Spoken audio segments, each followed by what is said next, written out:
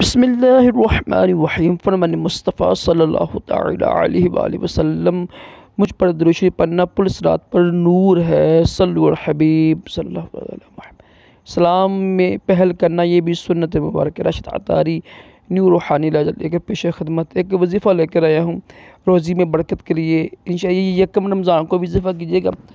یہ ایک بہت ہی پیارا رسالہ ہے، اس میں سنتے ہیں جی یکم رمضان کو نا پہلی تاریخ کو مغرب کی نماز پڑھ کے نا، تو نماز کے بعد جو کوئی 21 مرتبہ سورۃ قدر پڑھے تو اس کی روزی میں ایسی برکت ہوگی جیسے اونچی جگہ سے پانی نیچے کی طرح تیزی سے آتا ہے، اسی طرح اس کی طرف مال اور دولت تیزی سے بڑھیں گے اور یوں اس کی تنگ دستی دور ہو جائے گی۔ صلو علی حبیب۔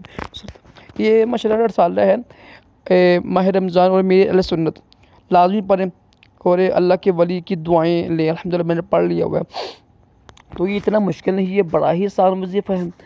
آپ یکم رمضان کو یعنی جب ہوگی نا، یعنی افطاری ہوگی، پہلی افطاری میں اللہ کا نام لے کر نماز پڑھیں، افطاری کریں۔ مغرب کی نماز اتنا مشکل نہیں ہے، بڑا ہی آسان ہے۔